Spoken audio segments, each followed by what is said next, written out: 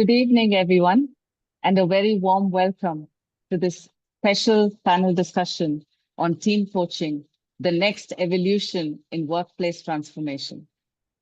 At Guiding Light, our unwavering commitment is to advance the coaching profession and support coaches in staying future ready.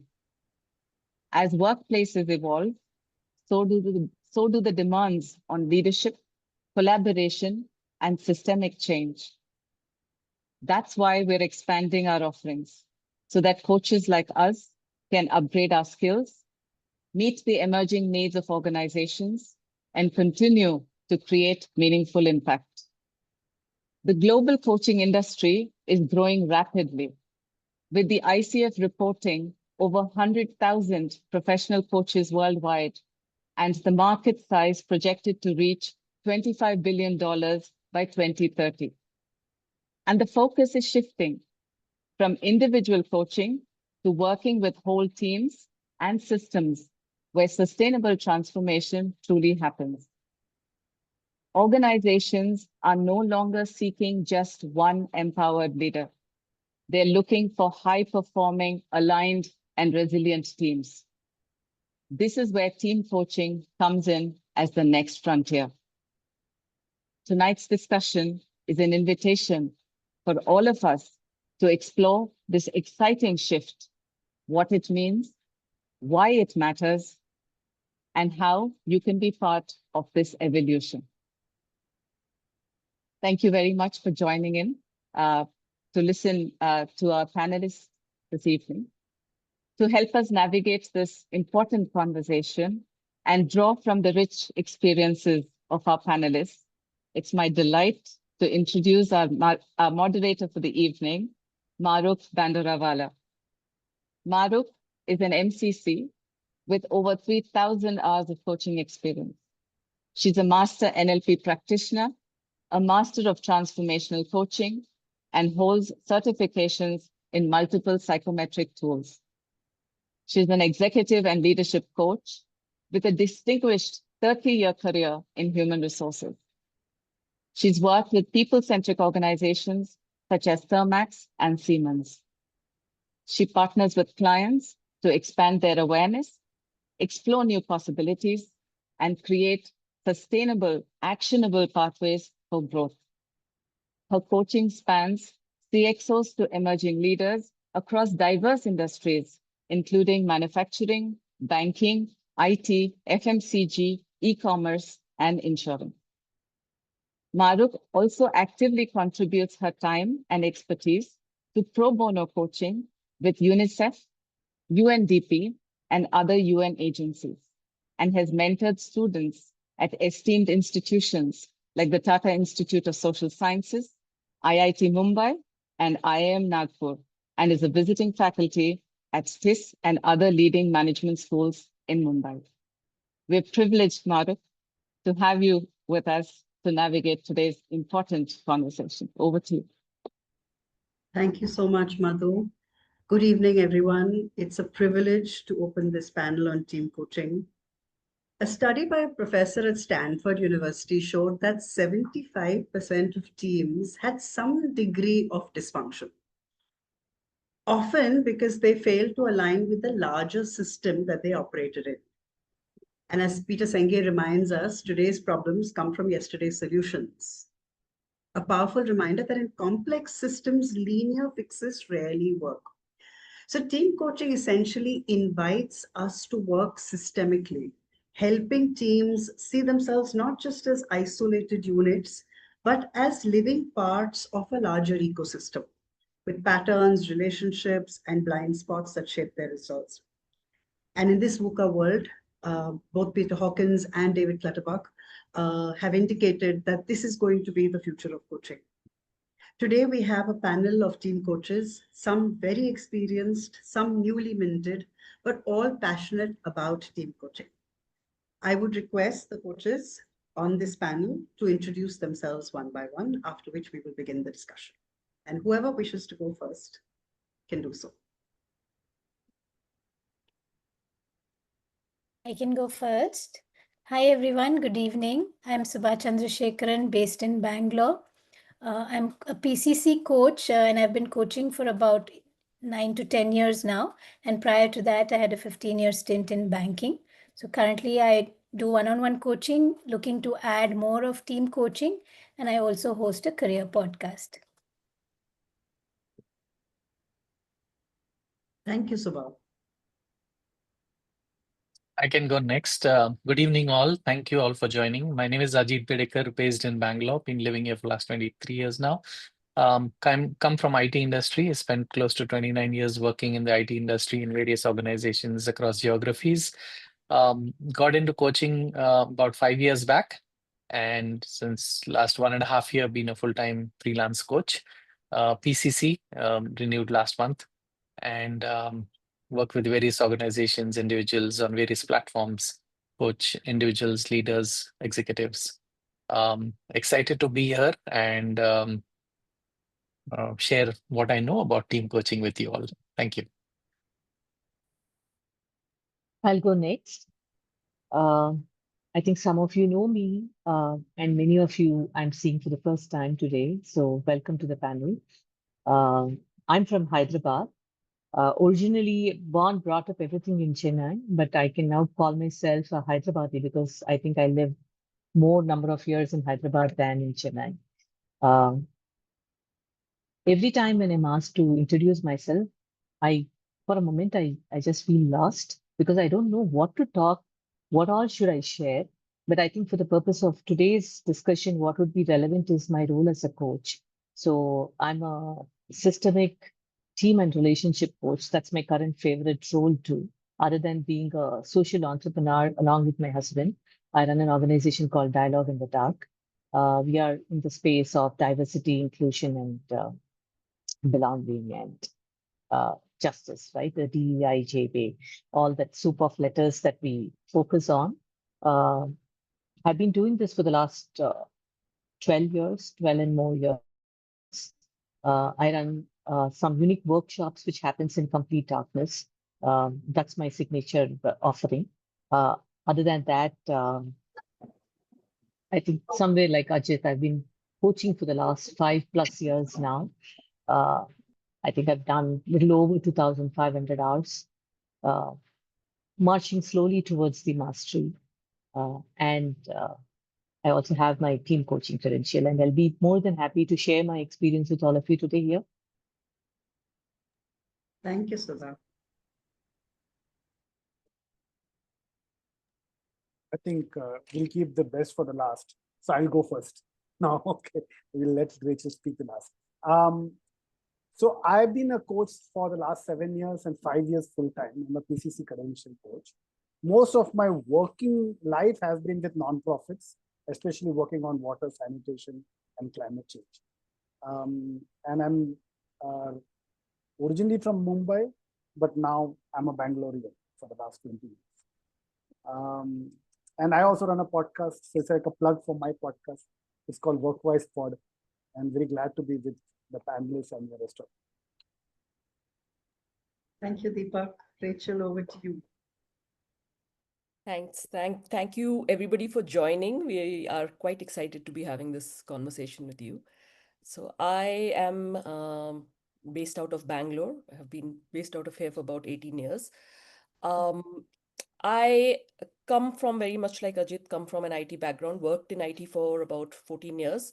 And somewhere around that time, I got introduced to coaching. I have been coaching for 14 years as well, and running my own independent coaching practice for about 11 years now. One of the things that I'm very often known to say is that I'm a pure coach. So what that means is my entire practice is only into coaching. So I do one-on-one coaching, I do group coaching, I do team coaching. I am also one of the first certified team coaches in India. I've been team coaching for about 6 years now. I also lead the team and group coaching community of practice for ICF globally. So again, something that I'm very deeply entrenched into. I am an MCC, I am an ACTC, I am also certified by EMCC as a one-on-one coach, as well as I'm a senior practitioner of team coaching there as well. And yeah, I'm an NLP master practitioner as well, but again, somebody who's extremely passionate about coaching and the potential that it carries for the world. Thank you so much, Rachel, and all our other panelists. Before we start, I'm going to request everyone to keep themselves on mute, all the listeners. And I will request Madhu to collate questions as and when any questions come to your mind. Please feel free to put them into the chat box. I will request Madhu to collate them and share them. We will pick them up at the end of the session if they haven't still been answered. Yes, we're hoping most of it will be answered. And as Shri always starts, we have 1 hour for our discussion. So I want to begin with Rachel to set the context. Rachel, you one of India's earliest team coaches, and all you coaches forgive the question stacking. Rachel, what drew you to team coaching so early on before it really became a trend? What were the possibilities that you saw that the others hadn't, and how has your journey been? So in all honesty, I got introduced to the concept of team coaching sometime in 2015. And that happened because I chanced upon Peter Hawkins' book. He's got a wonderful book called Leadership Team Coaching. And I just happened to read it. And as I read through it, I was like, oh, this looks like, something that's very interesting. At the same time, it also felt like something I wasn't ready for because it just felt too big. Now, having said that, I was always attracted to team coaching for the simple thing that after reading Peter's book, I realized that, I'm sure all of us have heard these words that, as coaches, we change the world one conversation at a time. But when I read that book, one of the things I realized is that you can change an individual's world one conversation at a time. But if you have to have bigger impact, sustainable impact, long-term impact, the change has to happen systemically. And even with one-on-one coaching, one of the things I've noticed over the years is that, you work with an individual, you do work, they, have a strategy for change. But if the system around them doesn't support that change, or the system is kind of pushing against that change, then it becomes very hard for that change to be, sustained. So I think team coaching for me was attractive, is attractive, is because of the potential for impact is so much bigger.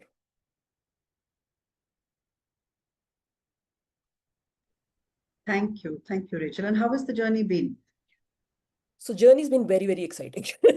So I think, while I said that I've been team coaching for 6 years, what I love is the amount of personal growth that has happened. Because while I'm sure everybody who's been through a one-on-one coaching development journey knows that, you grow, and that's why coaching is a practice, and the more you practice, the better you get. Team coaching, the learning curve is much sharper. You are challenged more as an individual, so you need to do a lot more inner work. You need to do a lot more, introspection, reflection. And at the same time, the growth is also proportionally more, both for you and for the client. So it's a very exciting journey, and it's the one that I don't think I'll get bored of anytime soon. Thank you, Rachel. That's reassuring to know. It is sounding to me a bit like a roller coaster, but I believe you. So let's spend a little time really understanding and breaking down what team coaching is for our listeners. So Sudha, I'd like to ask you to really talk us through what is the difference between team coaching and group coaching, because so often people use them interchangeably.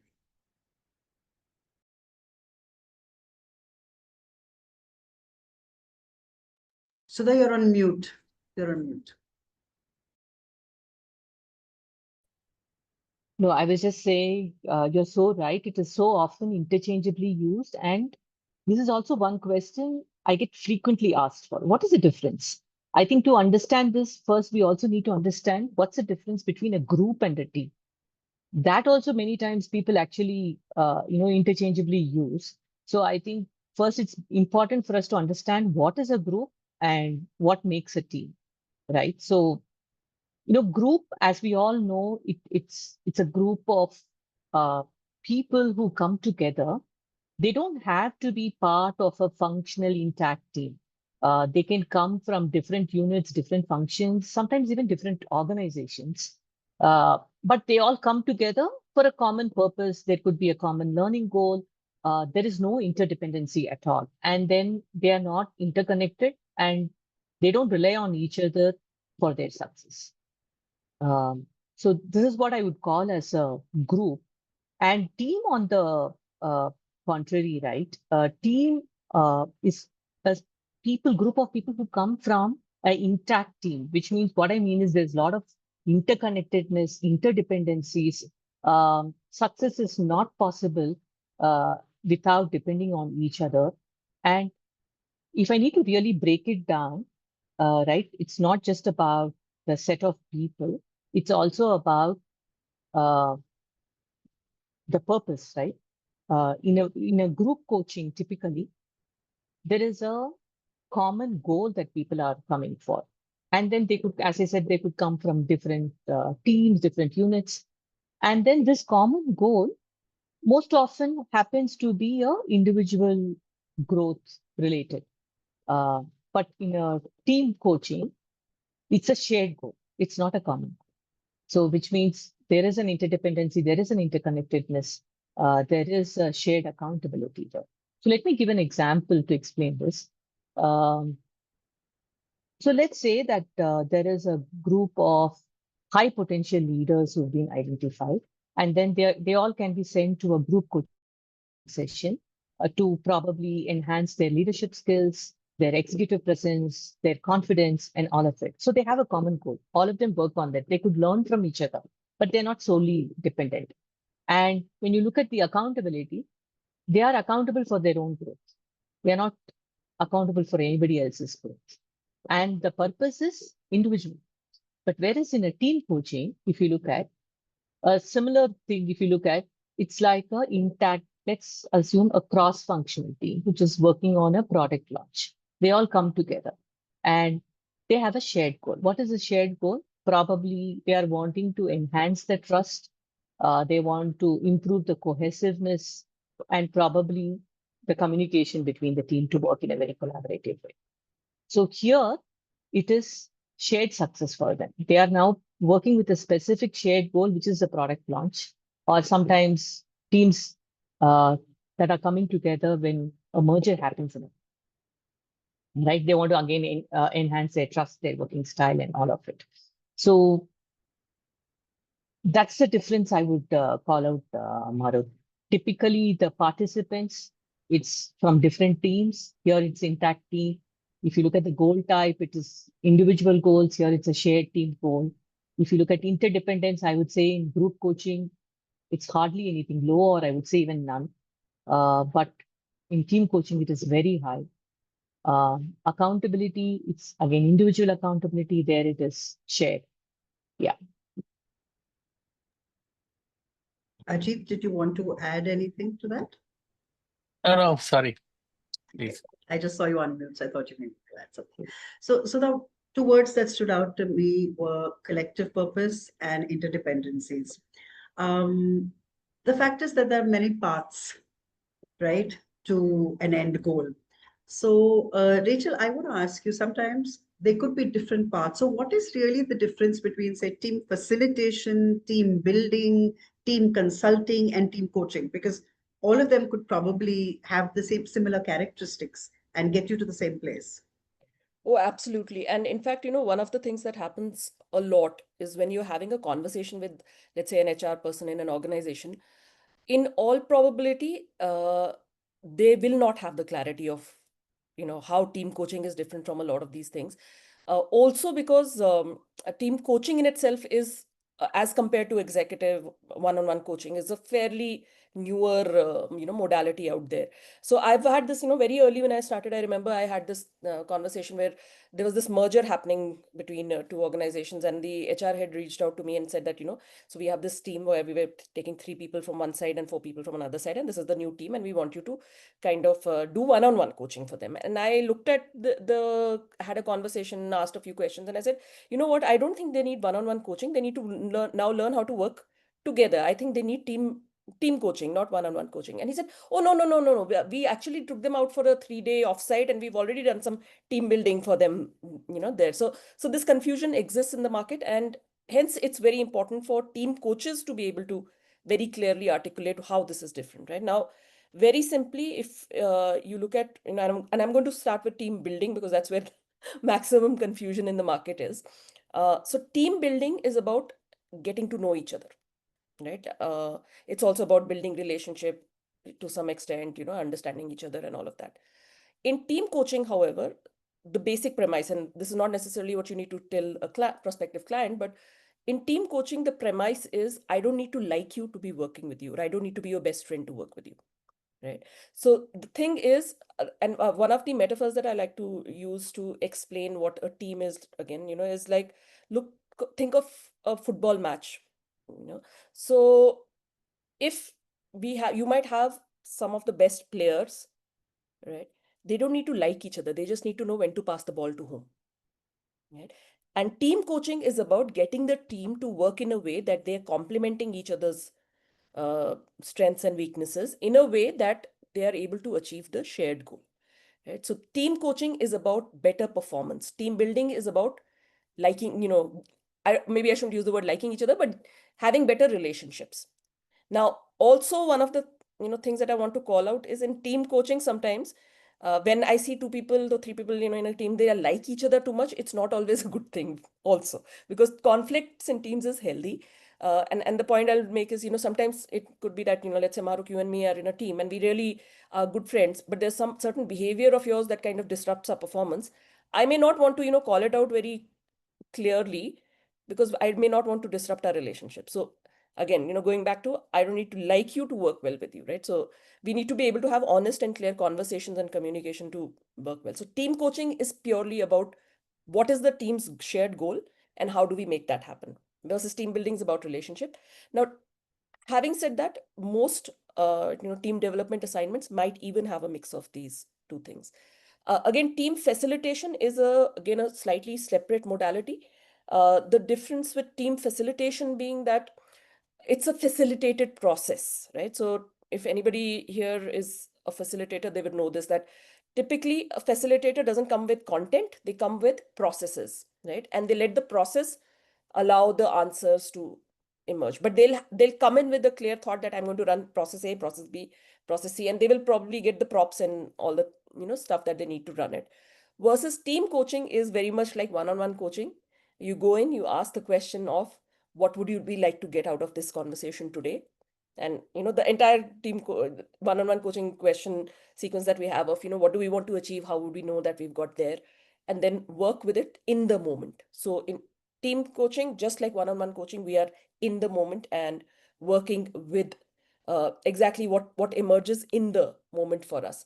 And consulting, again, team consulting, you'll have a lot of people out there who do team consulting, and they talk about more in terms of what the structure of the team should be, how the hierarchy should look like, what kind of skills should be brought in, and all of that. So again, it's more of a telling process by an expert in team dynamics. So you'll see sometimes people who come from an OD background may show in a consulting mode for a team development, but coaching is purely about what is needed to get to that shared goal, who needs to bring what piece to it, and how do we get to the goal. So I hope that kind of answered that.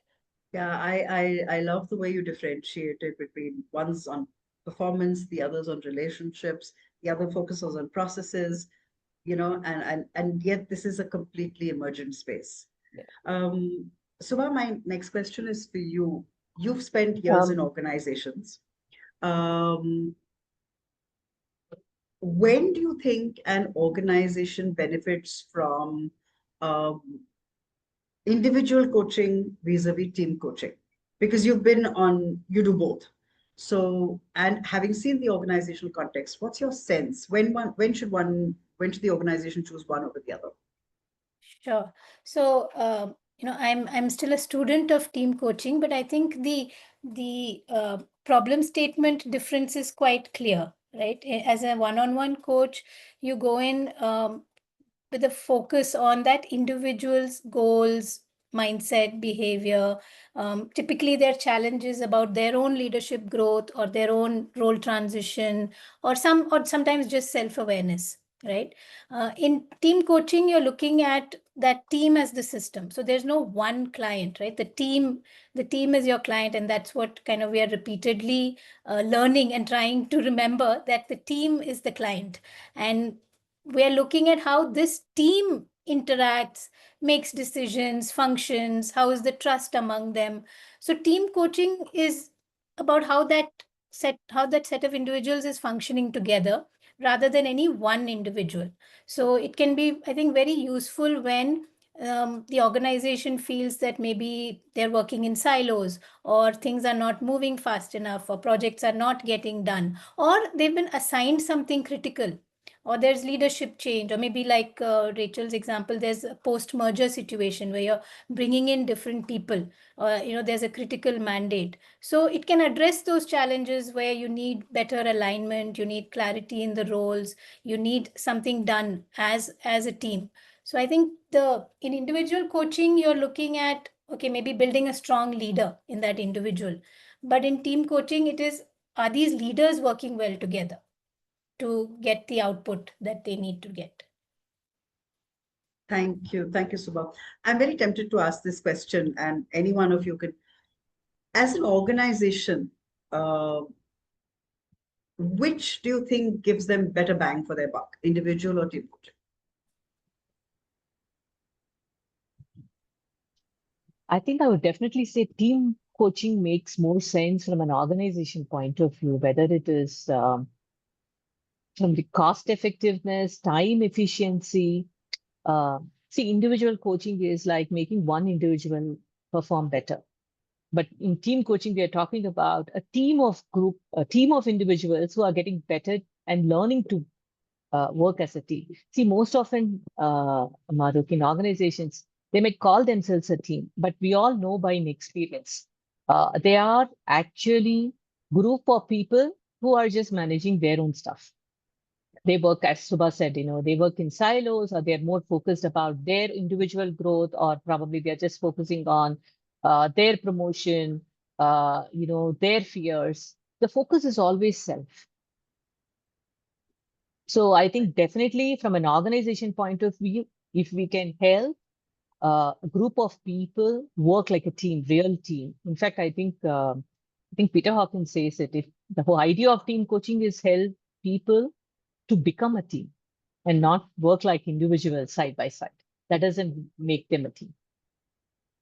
Beautifully said. So I'm just going to pitch in there, Mahruk, if it's okay, and I'm going to Yes, answer Rachel. this. What gives you more bang for your buck is like, depends on what is the bang you want. So, and I'm going to go back to my classic answer of it depends. So it's also about what is it that you're trying to, really address, right?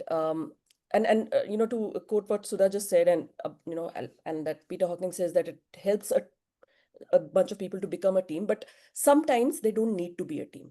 Sometimes the way the organization is set up and the deliverables are set up, it is better for them to be individuals, in which case perhaps we want to work on individuals. So my personal belief is there is no one single modality that kind of is, sometimes you might have just that one person who has a specific development need, and fixing that addresses most things. Sometimes it's a team challenge. So I think for me, when I approach any client, or when I'm in a conversation, I am constantly looking at what is it that the need is. Because one of the risk is also, if you plug in a modality that is not really the the solution to the problem, we will not get the result as well. So I do have a little bit of I would say I am a little cautious about what I'm suggesting, which also means that in the early stages of a conversation, we do have to be a little bit more consultative in trying to really figure out what's the problem the client's trying to address. Sorry. Yeah. Thank you, Rachel. So I'll circle back to this question a little later in our conversation. I am curious about what's brought some of the newer team coaches, myself included, into this space. So I'd like to start by asking Deepak. Deepak, what brought you here, especially because you work with a lot of not-for-profit organizations, and what role does this team coaching play in those ecosystems? Yeah. Before that, I got into coaching because of systems thinking. I know a lot of coaches have gone from coaching to systems thinking. I came from systems thinking to coaching. and I had not heard of coaching before I had heard of team coaching. Team coaching I have heard only the last 3-4 years.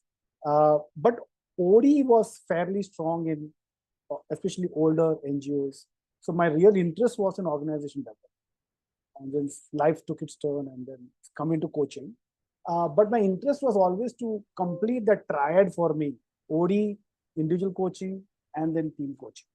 Because I would love to work with NGOs on a journey which has a combination of all of them. So for non-profit specifically, there's a certain, I'm seeing it changing, but individual coaching doesn't attract them that much. But the OD and team coaching may be, because they're used to thinking about us a lot more than I a lot. And there's a lot of interventions that like organizations do, non-profits do with communities outside, but there's very little attention inside the organization. So I think that's changing. So team coaching for me was just one of the things that I wanted to add as one of the offerings that I could provide. And also, apart from non-profit, I also do startups. So there also I do this. Co-founders tend to keep being dysfunctional, the functional dysfunctional kind of a relationship. So would love to be able to provide some solutions to the co-founder level kind of, and at least from a team coaching perspective. Thank you, Deepak. And you said something very interesting with team coaching. The whole ethos in not-for-profit is we, not I.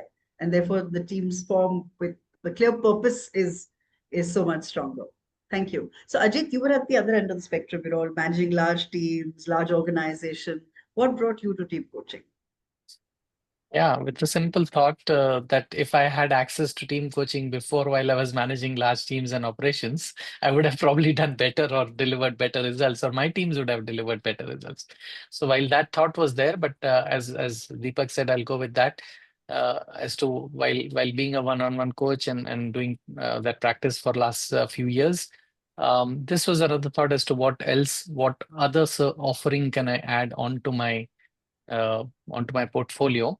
And what we have been hearing, what you alluded to towards the beginning of this conversation that we started, the scope that it has today and the awareness that already exists in the market, especially in the corporates, as to the benefits team coaching brings to the table, is something that was attractive for me, because I think there is a real benefit, the real change that we can bring in, more than what one-on-one coaching can bring. And I think Sudha also mentioned on that. So I think it's the impact which we may which may bring in as coaches through team coaching. I felt can be more than one-on-one coaching, and that's what got me attracted. Thank you, Ajit. Subha, I want to ask you, how has this journey from individual coaching to team coaching, which is a fairly recent journey, how has it been for you? How has this transition been? I would say it's been challenging, because I think after ACC and PCC, I said I want to add some more skills to my toolkit, and this felt like a logical next step. And I also think it felt like it won't be too far a bridge to cross, right? But the learning has really shown that it's not really about just simply building on what you already know as a one-on-one coach, but you are kind of learning an entire new craft. Because as in one-on-one, you learn about presence and you learn about working with that one individual, building awareness, going in depth. But here, you have to manage the dynamics of a group. You have to pay attention to a group. There's a certain messiness that you have to be okay with, right? In the room, that they're all going to maybe even speak over one another, want different things. You have to keep reminding them of what that common. For an individual, typically they know what that purpose is. And you're building on that or taking off from that. But here, even aligning for what that purpose is or that common goal is. And the challenge also to not then try and fix that messiness, right? Because, and especially I think when you come from some kind of organizational background, you feel like, oh, I've been there, I've seen this, and I can, can we clean this up, because this team is very messy and it's not functioning well. So I think to hold back and let them create the systems and processes that they need, because you are going to step away as team coach after a point, right? They need to be able to sustain that and run effectively as a team, and that's the job.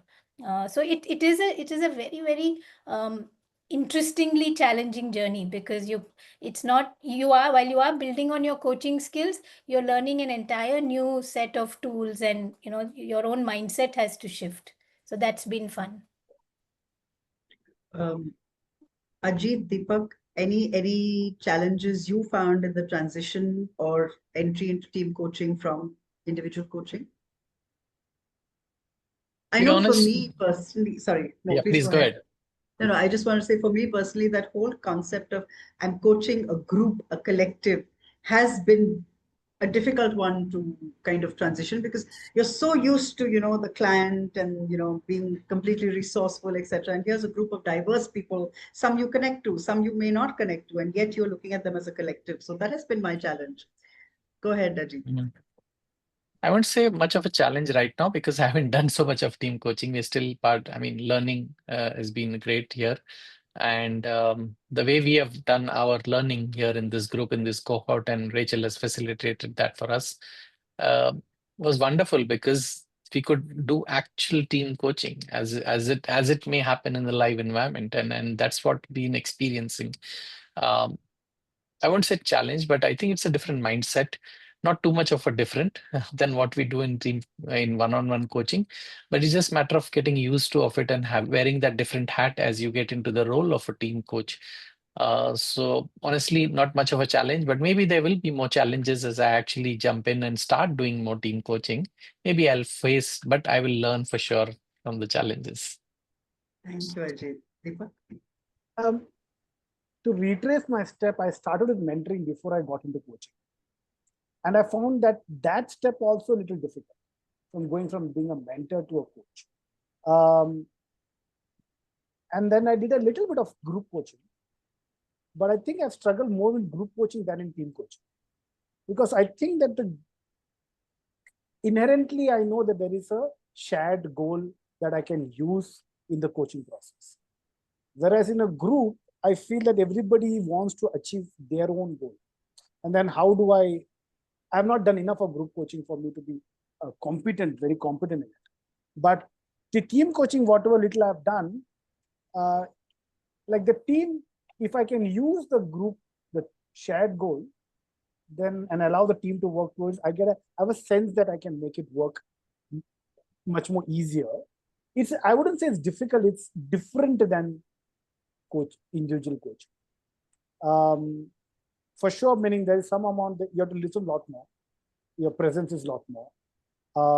As what Subha was saying, the messiness is there. And typically you need to be able to be okay with somebody challenging you, which in individual coaching doesn't happen all too often. So I think it's different. I think for me, it's just a question of practice. If I practice more, then team coaching may be similar, maybe dissimilar. And just an add-on question to that, do you think that a team coach needs a specific kind of quality over and above whatever you may have as an individual coach? Yeah, meaning I tell you, once I did a team coaching exercise with two co-founders, and I remember they started fighting in the room. Okay. And I could sense my toes curling up, because I didn't know someone who is not prepared to handle that. How do you now, should you intervene, not intervene? When do you stop? Is the fight good, bad? I don't know to play it. How long should I play it for? So I would say that yes, ability to, the triggers may be a lot more stronger. If you are afraid of conflicts, or then if a conflict happens, then how are you going to? So there's a lot of work that one needs to do on yourself. Being comfortable is something that you are usually not comfortable outside of the coaching. Ability to, I said, listening more, ability to read the room, read the interactions amongst people, what is said, unsaid, which is also there in individual coaching, but here it takes on a different level. Body language. How do you talk to one person, zoom into one person, then look at the team as a unit and coach the team, coach the interactions. But for me, I think the difficult thing is is things that I am not comfortable outside of the coaching room, and if it happens in the coaching room, how do I then be there as a team coach? Okay, so I'm going to take this. Thank you for bringing this up. I think one of the things that most newly minted team coaches are most scared of is, what if the team starts squabbling? What about if the dynamics just erupt? What if some individual just says, this is crap, I don't want to be part of it? And I wanted to throw this question to Rachel and Sudha. What are the typical challenges that emerge in team coaching, especially these kind of conflict-ridden situations that actually put the team coach, a new team coach, actually put them on the back foot? What is the best way of dealing with it, or how does one go about it? Maybe Rachel first, and then Sudha, please, you unmuted, so go ahead, and then Rachel. No, go ahead, Rachel. So I think, so I spoke earlier about how team coaching helped me really grow as an individual. And the reason for that is because it is so messy. And like one-on-one coaching, while there's a structure, you have to be really present in the moment and dance with whatever shows up. So I think the biggest thing that I've learned over time to get comfortable with, that it's okay with not knowing, it's okay with getting it wrong. Show up in your complete humanness, accepting that you are not the expert on that team's life, and be a coach, right? So show up with that thought process of not trying to solve it. It's not our job as team coaches to solve it for them. Just like even in one-on-one coaching, it's not our job to solve the problem. It's for us to hold space so the client arrives at their own solution. And my early days, I had very similar experience. Like Deepak was talking about, there's something happening in the room and you're feeling like, should I step in? Should I? So being uncomfortable with that space. But I think the biggest learning for me is that when I'm uncomfortable, I first check in, am I uncomfortable because it's one of my triggers, or am I uncomfortable? What's making me uncomfortable? Because I'm also human, right? So recognizing my humanness, at the same time, accepting, acknowledging it, and then asking, what does this team need now? Because it's not about me, it's about the team. So I'll ask you the question that's coming to my mind as a rookie team coach. Does one step in or doesn't one step in? It depends. Which I must tell the group is Rachel's favorite answer. So I don't have like a fixed formula. I will look at it and I say, do they need to kind of have this conversation?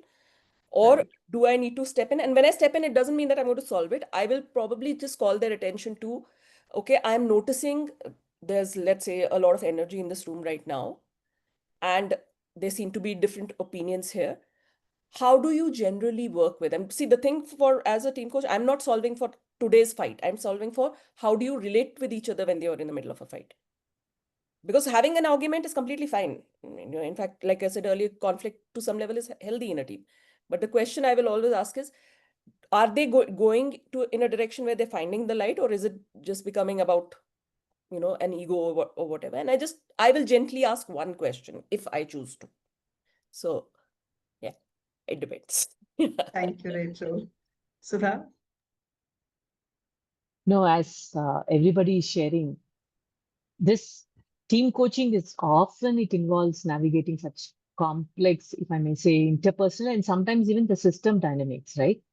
Some of the things that I have personally faced, or I would call them as, these are common challenges in team coaching, is the topmost would be uneven participation. What I mean by that is, always there is some team member who is dominating the conversation. That's how probably the team is used to, while others remain silent. And then this imbalance tells you a lot about the team. As a team coach, you're noticing this. And then your job is just to share your observation, what you're noticing, just offer it to them. And how are they experiencing each other and things like that. And many a times, if you see, especially when the team leader is also present, or if I may say, the authority figure, right? There are some team members who would probably, one or two coaching sessions, typically the leader is not there. You will see some team members, freely probably sharing their ideas, talking. They behave completely differently. And then when the team leader is present, probably, fear of being judged, or, they are not used to talking, or, various things. And I always found, Mahruk, setting the context and agreements right before the coaching starts helps me to deal with all this. Like I in fact ask them, right? I tell them what is team coaching, because sometimes, it's funny. In one of the team coaching sessions, I was just asking a very casual check-in question, like starting. So, hey, how did the last month go by? You were all specifically working on this project. And then big silence. And then everybody's looking at the team leader to answer that question. And that was a great opportunity for me to just share that observation with my noticed. I said, you specifically took this task of, ensuring that everybody is heard in the team, and then, you will create the psychological safety and all of that. Those were the things they said, they found, they agreed. And then the behavior just kept happening again. And then I asked him, how did it change, or what has been happening? And then everybody just looked at the team leader. And that says a lot about the team. So one of the questions in the chat is, what kind of questions do you ask that are different? So in this situation, what are you playing back to the team at that moment? What can you kind of give us a little tip? Yeah, I'll just say when that happens, right? This is what exactly I did. When that happened, everybody looked at the team leader. The team leader started talking. I listened to them, and then I said, okay, I again asked this question to you. What's been happening? And then again the silence. And I said, what are you noticing here as a team? What happened just now?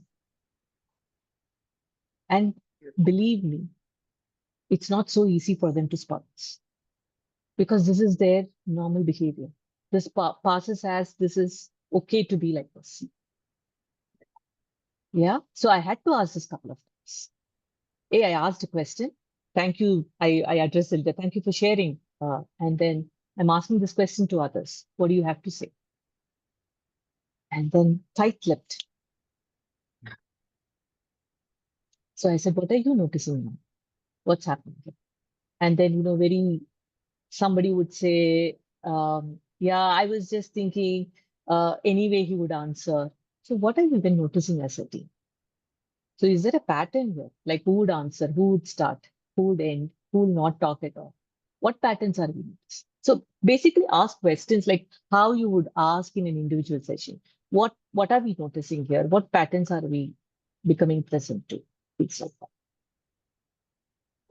Sudha, you raised a very important question about the team leader, and I want to pose this to Ajit because he's been a senior leader in the corporate world for a long time.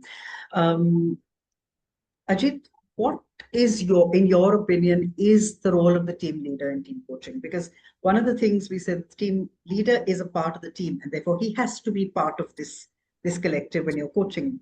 And yet the whole dynamic is different when he's there and when he's not there, he or she. So, Ajit, what is your sense? What is the team leader's role? I think it starts with that when we state that expectation or contracting, saying the team leader has to be part of the team coaching workshops or whatever that we do. That's where those boundaries have to be obliterated or blurred out, that I am a leader and this is my team. I think to some extent the team leader has to keep that aside. That and be a part of the team. I'm one among the equals here. If that happens, then the benefit or the outcome of that team coaching intervention could be much more meaningful in my understanding. But it's as much as it is easier said than done. I think it's up to the team leader to be prepared for that. And I suppose the team coach can make that happen if the contracting or the team coaching session, the relationship or the understanding between the team coach and the team leader is established, and these do's and don'ts or way of working, etc., is established, it can happen. But it's not easy because we all know how most of us leaders function, and we want to see that separate. In fact, many times team leader may resist, saying, I don't want to be part of that, the team coaching intervention, and you just get this done, or you do this team coaching for me, and I'll be sitting outside or observing, so on and so forth. I think that's the first hurdle for, as a team coach, for us to cross, to convince and to get the buy-in from leaders, saying you got to be part of this because you are equally responsible. Your deliverables are equally there collectively and not as an individual. So yeah. Beautifully said that. On Yes, the Subha. challenges, Mahruk, see today, because of the virtual world, right? I also do a lot of team coaching virtually. Another challenge that I see is this attendance gaps, or probably, people not showing up on video. So I feel all these are very, very important when you start a coaching assignment, that you kind of, orient the team to what is team coaching, what are some agreements as can we get into as when we start this assignment. This I learned by experience. One of the very leading, automobile fleet management company, they would all show up. Definitely, there was no attendance gap. Sometimes the leader might not show up in spite of recontracting. The team would show up, but especially the sales team would say, hey, I'm not switching on the video today because, I have this meeting with this dealer, which is right after this. So I'm just, traveling saving my traveling time. I've already reached the dealer's office. So I'm sitting in the reception and I can't switch on the video. And repeatedly, the sales team would do this. And then this means something to others, right? Either they are not switching on the video, or they are saying the signal is not clear, so I'm not hearing you, or they are not fully answering the questions, the issue at hand. This has been a pattern, not just in team coaching. This is how this person is showing up every time in the team. So this means something for them. So as somebody was asking, I think the most important thing for a team coach is your presence. Not to get really swayed by what is happening around, whether it is the argument. Sometimes it is like they are just talking about some operational issues, which is nothing to do with what we have started with. So you asked this question to Rachel. What would you do, Rachel? When do we go in? When do we stay, watching stuff, right? So I normally allow it for some time with the full belief that they will understand that this is something, they're digressing. But when it doesn't, then I do step in and then say, hey, can I come in here and then, call for your attention? We started talking this and I'm wondering how is this related to what we have been discussing? Simple things. It's not any different from individual coaching. But what you need to be mindful is you're not asking this question to that person who's digressing, but you address this question to the team and treat them always as a single entity. So you need to be very mindful. Whatever behaviors you're noticing in the team, you're not addressing that question to that particular person, but you kind of throw it in the air generally to the team. Anybody can answer. Thank you so much, Sudha, for that. So what I'm hearing is there are a couple of things in terms of the structuring that is a little different from individual coaching. So I want to take this to Subha. Subha, can you talk us through some model or framework that that is applicable in team coaching, that factors in the fact that, the contracting is so important. You talked about norms, ways of working, whatever it is. Can you talk us through a couple of those? Yeah, so I think what's interesting is that there are kind of many steps before you just jump into the, get the group in a room and start coaching, right? So, for example, in one-on-one, you would probably just do one chemistry call and then you're into the coaching. But here you've had that consultative piece earlier where you've determined that this is the modality that is best suited for this group. And then you have had conversations typically with that team leader and contracted as to how do you want, certain parts of this coaching to work, right? One, like Sudha mentioned, will they also be, or Ajit mentioned, will they also be part of the team, right? And then continuously contracting and making sure the rules of this engagement are clear to the team leader and then to the group as a whole, right? So I think in terms of frameworks, there's a little bit more time that you spend contracting and setting the rules of the game. And after that, yes, it is, while there are frameworks and there is, David Clutterbuck's model and there is Peter Hawkins' model, you're looking at pretty much, what is that common purpose or what is that shared goal? What are the relationships between them like? So is there trust? Is there that psychological safety in the room? And how can you help enable it or bring their awareness to it? And another interesting aspect that we kept coming across is, what does this team want to look like in the future? So it's a very future looking process, if I may call it, right? So where is this team headed and what do they want to be in the future? So if you're going to think about the future, then you have to look at the external world to that team also, right? Who are their stakeholders? Who are the people around them that also matter or who also impact them? So while frameworks are there, I think it's largely about setting the rules or contracting well to start with, and then remembering that's a continuous process. Because one of the interesting aspects is that every time you meet the team, they're a different team, right? They've changed a bit. So you may have to recontract again, or you may have to remind them of what they've agreed to. And then going through what is their purpose, how do they feel together in terms of trust and safety, and what's the external world asking of them that they need to work towards. So I think that's, as a newbie, that's as much of the framework that I can articulate. No, thank you, Subha. And I think what you said about what do they want to be like or how do they want to show up as a team in the future takes me to my next question, which I want Rachel to answer about how do you measure the impact, the ROI on team coaching? And is it easier than measuring ROI on individual coaching? Yeah, I guess so. Because when the way I like to do it is when we are setting up goals for the, and this is in all honesty my approach in one-on-one coaching. So when I'm setting up goals, and when with the in the goal sheet. So let's say I'm having a one-on-one assignment, and I would typically if it's an organizational conversation, there will be a goal sheet that typically gets shared with the HR head or the manager or whatever, right? So in that, I generally document what would make so when I'm having even the 3-way, I will always ask the manager, what would make you say that this was a success, right? So let's say they want the person to be more, have better presence or be more, better at handling a team or better at strategic thinking. So I would always take that approach of as a coach asking what is strategic for you and what would make you say that they are now more strategic, because, especially in organization, these words just get thrown out, right? So same thing with teams, whoever is the sponsor, I would say, okay, what is it that you would want different at the end? What would make you say that this was, a success? Sometimes I also ask this question that if this could be the best version of this team, what would that look like?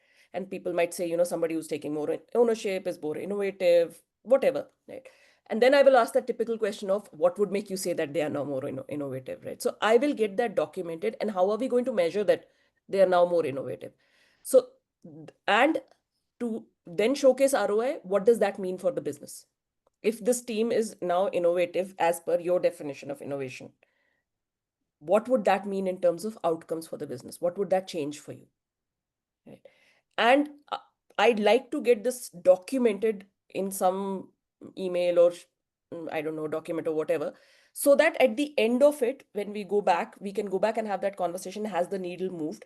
And then see, sometimes the needle would have moved in terms of maybe the team is now showing up in more, strategic way or more innovative way as per whatever they call innovative and strategic.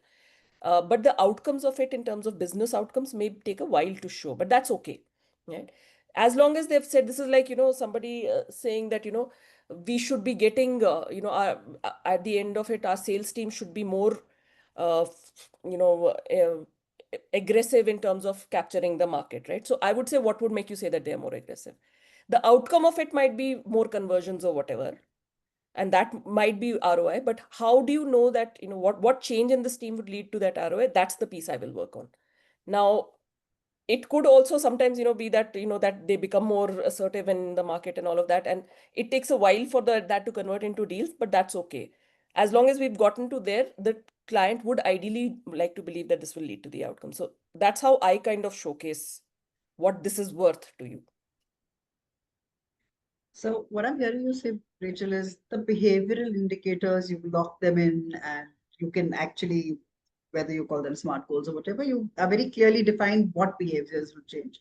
There would be certain market indicators that may or may not change during the duration of the assignment. But do you kind of go back and maybe measure those so that these become case studies for you to sell team coaching to another potential client? Yes. So, and not with all, again, it depends on the client to client, but there are clients that have gone back to after 6 months and said that, okay, 6 months back, we said that the teams become this way.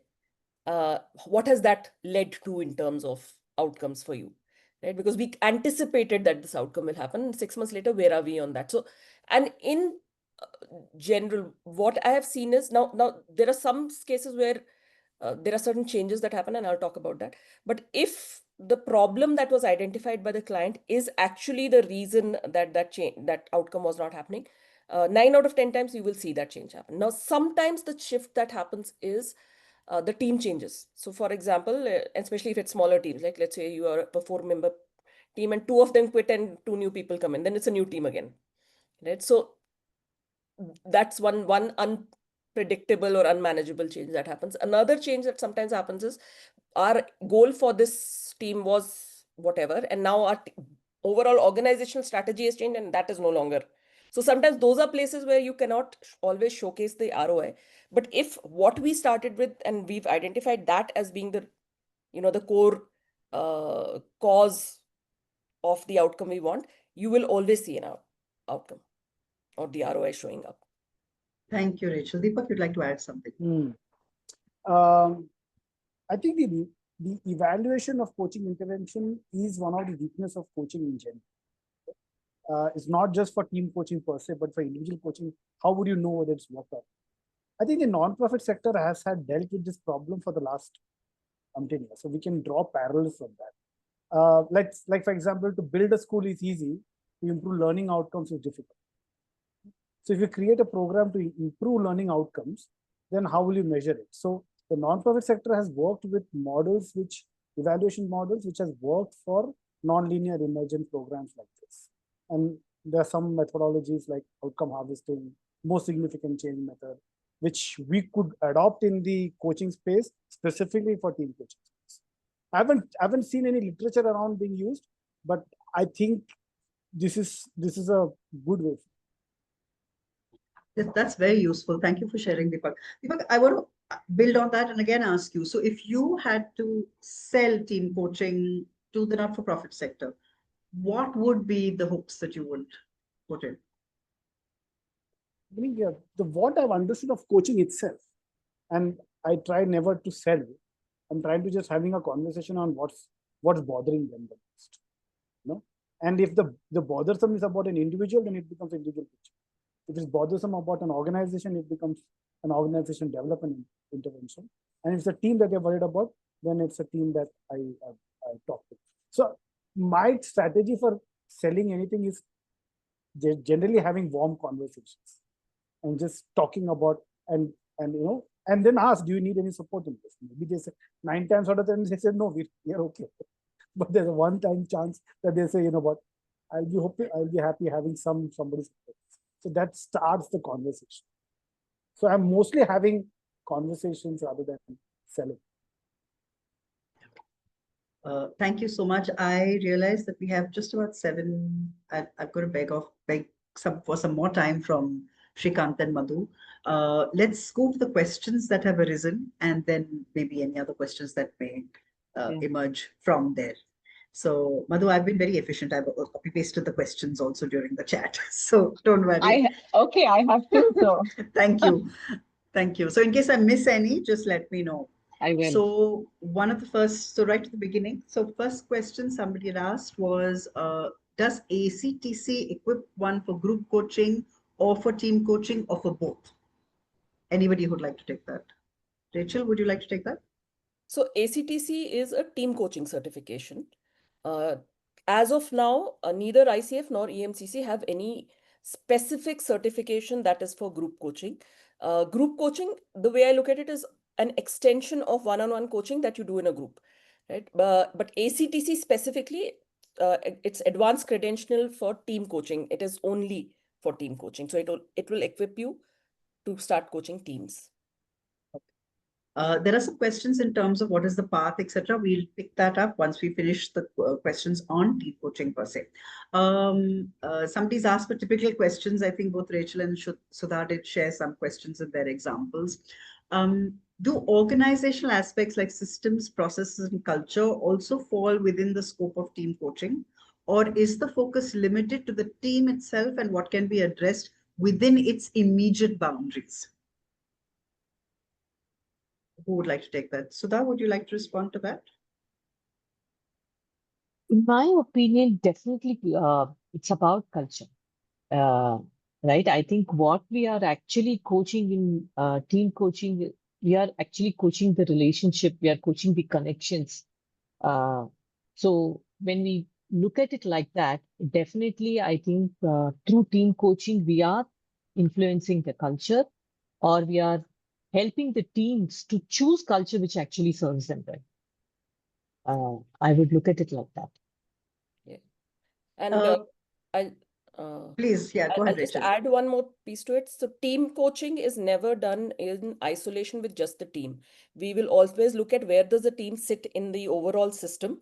What are the connections there? So we will also work with that. We will work with things like, because one of the ways that we look at team in team coaching is that a team exists for a purpose. It serves a need, right? If there's no purpose, the team does not need to be there. Right? So the team is created to start with to serve a purpose, and the purpose is always some stakeholders' need, whether it's internal, whether it's external. It could be a single stakeholder, it could be multiple stakeholders. So where does the team sit? Whose needs does it serve?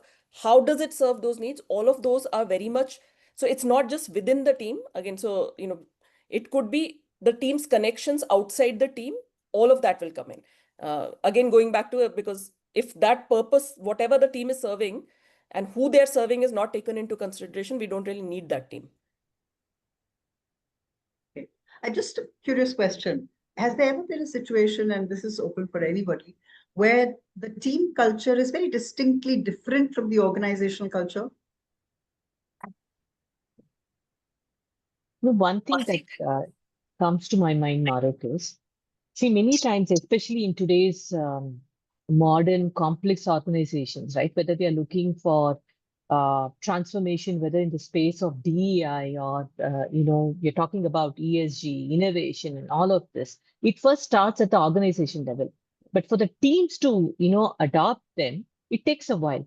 And that is why I would say team coaching is very, very efficient in these kind of scenarios, because it will take a long for you to, go convince each individual as to why this is important, or how this is going to have a larger impact for the organization, or why the organization need to adopt into this. So I have always faced this issues, and in fact, as part of my Dialogue in the Dark work, also I do this a lot of things, right? Helping teams understand the importance of why diversity and inclusion is important for their organization, how it can benefit them. So sometimes we may have to help them change their mindsets by helping them go through a process. If need be, we need to do that also. Anybody wants to add anything? Can I move on to the next question?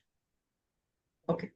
So there is a question that says, can team coaching be really successful without management being part of the coaching, as they are in a way a part of the bigger team? So I think, Rachel, you said that there's always a conversation with the sponsor. The team leader is always part of this. Is there ever a time when, say, 2 levels up or 3 levels up are completely disconnected? Can that happen? So maybe 2 levels Typically not 2 levels up, but 3 levels up might be disconnected. Okay. But you would typically have the leader as part of the regular work that's happening. You will definitely have the level above the team leader involved in the overall, plan, program, all of that. But it's never going to be like just the team. Okay. A question, a few key tips what a team coach should not do while doing team coaching, especially if members are from different generations with different styles and aspirations. And I want to throw this open to Subha, Deepak, and Ajit. I think immediately what comes to mind is to not try and fix the team, right? Because that probably could be very tempting, and we have our own biases and judgments as to what's going right, what's going wrong. So I think the first no would be that trying to say, oh, this is the problem that needs to be fixed. I think a lot of team coaching is about the team coming together and bringing out what is it that they want to work on, why they want to work on it, how are they going to work on it, rather than mandating anything or even suggesting anything. I think that would be, I think, the first thing that I think of. So what I'm hearing you say is whether they're from different generations or they have different styles, it's irrelevant for the team coach to decide that this is a problem that needs to be fixed. Yeah. If they are saying, oh, we're having struggles with the multi-generational workforce, then that's another issue. Right. Correct. Thank you so much. Because some of the questions that Sudha and Rachel were sharing, when you're asking, what are you seeing? What happened just now? What are you observing? Those may bring out the fact that, different generations are reacting differently or have different, but it's not on the coach to assume or point out that or solve for that. Thank you. Ajit, you have something to add? Yeah, I just want to add that as a team coach, you look at all of them, whether they are from different generations or age groups or whatever, as one single entity, and that's all that matters. The rest of the things are just every individual would react differently or act differently or have a different opinion. All that is fine. But as a team coach, you look all of them collectively as a one single entity, and that's what you do as a team coach. You coach that one single entity and not as an individual. That's all. Thank you, Ajit. Yes, Deepak. I think for me, similar to what Subha said, but at the over time of doing individual coaching, we have come to a point where we can be fairly accepting of human beings as they are. I think I have to learn that about teams as well, because I could get triggered. I mean, Subha used a very softer term about fixing. I could really get triggered if, suppose, I can see bullying happening in the team. Especially Sudha is in DEI, actually see bullying happening to someone who's marginalized, and that could easily cause a trigger in me. How do I still maintain a certain? I would not want to use the word objectivity, but certain poise while that is happening. Beautifully said, Deepak. That's my challenge too. In fact, Mahruk, on that, my experience has been when you're starting to team coach, it is always advisable though to have a co-coach with you. Because we are humans too. And, for us to know our biases that's playing or, what are we missing to know? Because it's like individual coaching multiplied by 8 or 10 is what is team coaching, right? You're picking up so many signals, so many cues, and we are limited in the ability to process. So I would definitely say, always have a co-coach, and it's very enriching as a team coach for your own learning experience as well. Thank you for that, Sudha. So the last question has emerged actually from when we talked about the ROI of coaching. So the person has asked, is it behavioral change we're focusing on, not business goals? That I think was addressed. But there's a corollary that says, and doesn't changing behavior take long and constant reinforcement, not a single intervention? Rachel, this question I want you to take. How is this intervention structured? Over how many sessions? Over what time period? Is it over consecutive days? So, so the way, if I look at, so I'm going to talk about like what could be the largest and most expanded form of a team coaching intervention, right? So, and I'm going to talk about it in comparison to how one-on-one, let's say you have an organizational one-on-one intervention happening, right? So typically for those of you who do one-on-one coaching, you would ideally have, like, let's say a chemistry call with the prospective coachee. Then you might have a three-way with the manager. Maybe there's a psychometric or something that's, or a 360 or something that's done. Now, based on that, you would kind of get together a goal sheet, agree on the goals, have a goal setting session with the client, and you're ready to coach. So it's like 3 conversations at the most, and you are ready to get into the first coaching session. Lot of you would also probably do the chemistry session as a complimentary, not charge for it, I'm assuming. Yeah. Now, the broad structure in team coaching interventions is similar, but it's a lot more work. So your first stage, which is your what we would call discovery, is a lot of conversations, right? So typically you might meet with the sponsor, you might meet with the team leader, and those first early conversations are for you to recognize, is this even a team coaching assignment? Because sometimes it could just be team building, sometimes it could be maybe they need facilitation, maybe they don't even need anything to do with coaching, maybe they need a consultant, right? So in the first couple of conversations, your work is to figure out what is this assignment about? Is it a team coaching assignment, right? Now, from there on, once you feel that this is a team coaching assignment, you will start with having the initial contract. So there are 2 levels of and when I'm saying levels, 2 legal contracts that happen in team coaching. So first contract, you will agree for whatever number of, depending on the size of the team. Typically, what you will do in that is you will have one-on-one interviews to understand where each individual is at. You will have some conversations with the team leader to talk about, where is the team going, or where do they see challenges, what do they feel is important. You might do some surveys also. You might run some, assessments as well. Again, depending on, what's the, the initial problem that has been presented to you. So based on that, you will come up with what you feel is, what the team needs. Now, the team might need team coaching. They may need some training. They may maybe just need a couple of days of team building also. So your assignment may not necessarily be a pure team coaching assignment as such. Right now, once you've done that, that's your first contract closure. So at the end of your first contract closure, you will go back and present to the sponsor that this is what we need to address all the areas that you've spoken about. Now, once they say, yes, okay, we want to go ahead with this, that's when you go back to the team, and that's when you have your first goal setting session. And that's the start of a second contract. So because once you've done your initial thing, you will kind of give them a idea of how many sessions you'll need and, what is the amount of work that needs to be done. So you structure your second contract, pricing, terms, all of that. And you go into the goal setting session where you work with the team to figure out what those goals would be. Sponsor will have some inputs that might come in, and then you do a final goal sheet that you sign off on. And then you start working on individual sessions. Again, with every session, you will pick up one of the goals from the goal sheet and say, okay, we have these 3 goals. What does the team want to work on today? And again, what do we want to get out of this conversation at the end of this? What would we like to have? All of that, right? So your team coaching assignments, the shortest one I've done is 6 months. The longest one I've done is 2 years. So it can, typical frequency is once a month of session.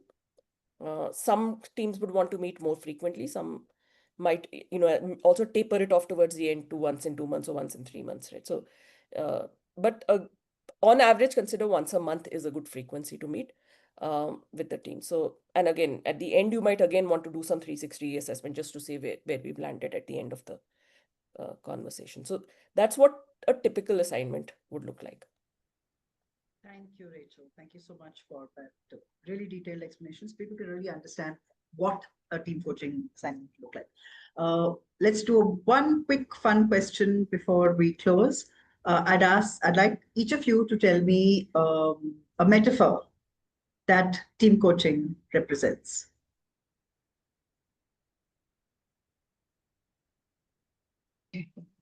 I'll go. Go ahead, Sudha. When you ask this question, the thing that comes to my mind is, I'll start with one-on-one coaching. Like one-on-one coaching is like fine-tuning like one instrument to play well. Team coaching is like helping the whole orchestra play well together. I think that's how I would Beautiful. appreciate it. Beautiful. Thank you, Sudha. Who'd like to go next? Subha?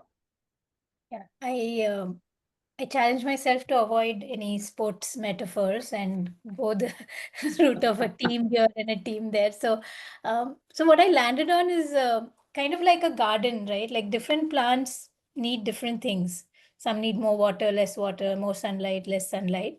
And then, if you think of them as living beings, they have a common purpose to grow and to look green and nice. And so your job is to just tend to and nurture that garden as a coach, but the growing they have to do and the work they have to do. You can't make the plant grow, right? But there are these different plants that are trying to coexist together, and there may be reasons why they're not able to coexist, and you're able to bring that out and help them in that. So it's a very abstract metaphor for me also, but it kind of was starting to make sense. Thank you. Ajit? So since you asked fun, I don't know whether it's a metaphor or what, but since I'll just say it's fun. I always think of 1 2 ka 4, 4 2 ka 1. Whether it's 2 or 3 or 4 people, consider all of them as one. Perfect. And that's Beautiful. what I keep reminding myself when I go for team coaching or when I think of team coaching. Beautiful. Rachel? So I like to think of it, the Kerala boat race that happens, right? So we're all rowing towards the same direction. Not every person who's rowing has the same strength. And how fast the boat will move is a collective effort, right? And how synchronized they can be is also collective effort. And that will decide who gets, which boat gets the maximum ahead. Beautiful. Deepak? So the metaphor that I had is a Sherpa, for Sherpa in a mountaineering expedition. Lovely. Lovely.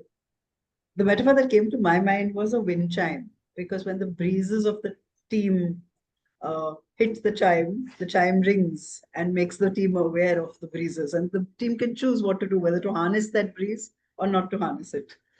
And with that, we are closing the discussion. I hope all our questions have been answered. And just want to kind of say that, both Peter Hawkins and David Clutterbuck, who've been the big daddies of team coaching, are making the case that individual team coaching is going to be surpassed by team coaching in the future in organizations.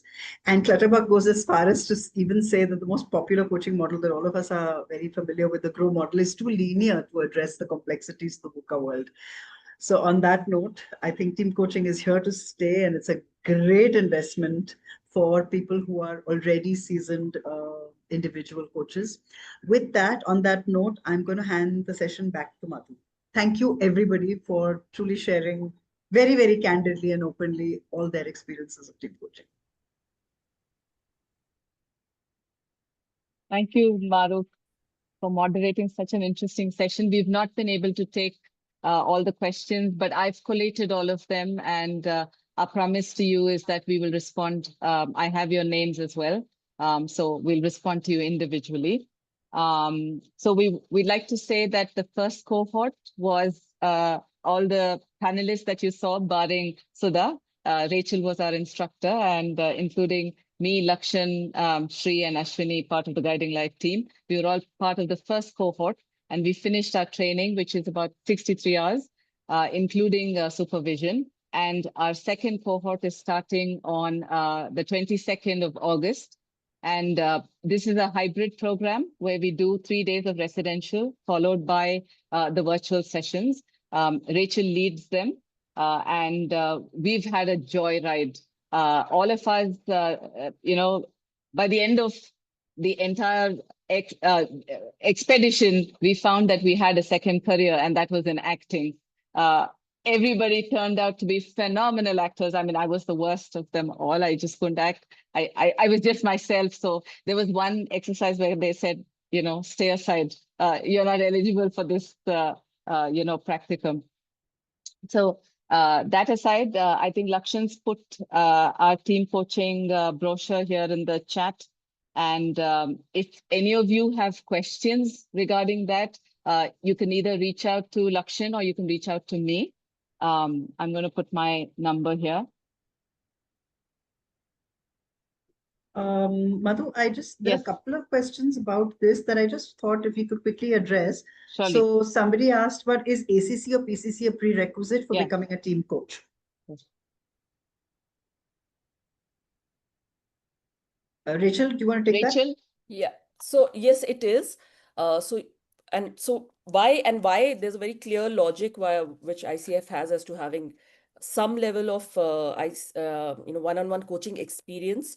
And that's because when you're doing whether ACC or PCC, you are kind of working with your basic coaching competencies, right? Like what is listening, what is a powerful question, what is presence, how do you build trust and safety, so all of these things which are your basic team one-on-one coaching competencies. Now, unless you understand what is listening and you understand what is presence and all of these core competencies that we have with ICF, it's going to be very hard for you to really listen to an entire team. So even if it's just 5 people, it's hard for you to listen to 5 people if you don't really understand what it is to deeply listen to one person. So the expectation is that you should have some understanding and some experience in these competencies, because in team coaching, we take it to the next level. So hence, yes, ACC and PCC is required. Anyone, even if you're an ACC, you're good enough to move forward. So one small correction, only for applying for the credentials, you need ACC or PCC, not to get trained. Yeah.